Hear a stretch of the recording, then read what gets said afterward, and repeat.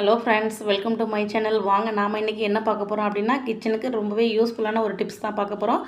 இந்த பரபரப்பான உலகத்தில் நம்ம வந்து டக்கு டக்குன்னு வேலையை செஞ்சுட்டு வேலைக்கு போகிறவங்களா இருக்கட்டும், வீட்டில் குழந்தைங்களை கிளப்புறவங்களா இருக்கட்டும், ஒவ்வொருத்தவங்களுக்கும் ஒவ்வொரு வேலை இருக்கும். அப்படி நம்ம வேலை பார்க்கும்போது நம்ம சில சாப்பாடு செய்யும்போது டக்கு டக்குன்னு நம்ம செஞ்சோமா அதை முடிச்சோமான்னு சொல்லிட்டு போயிட்டே இருப்போம்.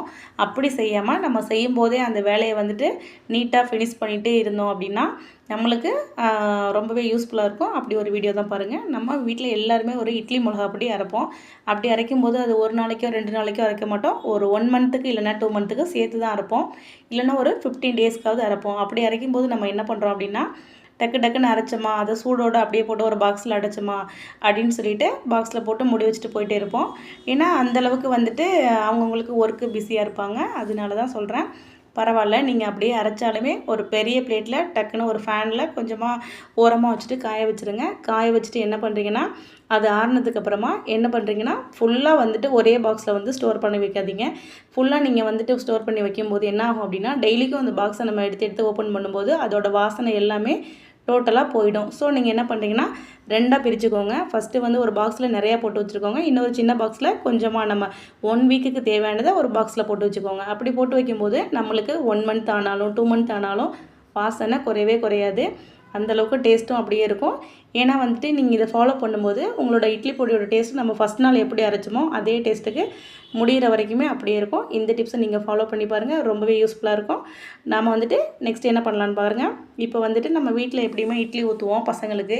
இப்போ வந்துட்டு பசங்க என்ன சொல்லுவாங்கன்னா, பெரிய பெரிய இட்லியாக இருந்தால் கண்டிப்பாக சாப்பிட மாட்டாங்க. நான் ஒரு இட்லி சாப்பிட்றேன், பாதி இட்லி சாப்பிட்றேன் அப்படின்னு சொல்லுவாங்க. எல்லார் வீட்லேயும் நடக்கிற விஷயம் தான். சம்டைம்ஸ் வந்து இட்லியே பிடிக்காதுன்னு கூட சொல்லிடுவாங்க. ஸோ அப்படிப்பட்ட பசங்களுக்கு நம்ம என்ன பண்ணலான்னா, இந்த மாதிரி மினி பிளேட்டு இட்லி பிளேட்டு வந்து கடையில் வந்துட்டு கம்மியான ரேட்டுக்கே கிடைக்கிது. அந்த மாதிரி நீங்கள் வாங்கி வச்சுக்கோங்க. வாங்கி வச்சுட்டு அதில் வந்து டைரெக்டாக வந்துட்டு மாவு ஊற்றக்கூடாது.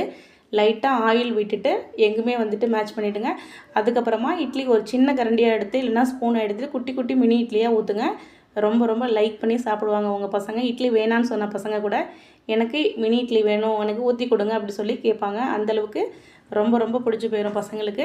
இட்லி இனிமேல் வேணான்னு யாருமே சொல்ல மாட்டாங்கன்னு நினைக்கிறேன். அப்படி நம்ம இட்லி இந்த மாதிரி குட்டி குட்டி இட்லியாக ஊற்றி வைக்கும்போது அதை வந்துட்டு பெரிய பாத்திரத்தில் நிறைய தண்ணி ஊற்றி அப்படிலாம் நம்ம வைக்கணும்னு அவசியமே கிடையாது. நம்ம வீட்டில் உள்ள குக்கரில் சின்ன குக்கராக இருந்தாலும் பரவாயில்ல, அதில் ஒரு 1 லிட்டர் இல்லைனா 1/2 லிட்டர் அளவுக்கு தண்ணியை ஊற்றிட்டு அது உள்ட்ட வச்சுட்டு ஒரு 10 மினிட்ஸில் வெந்துடும் பாருங்கள். ரொம்ப ரொம்ப ஈஸியான மெத்தடு.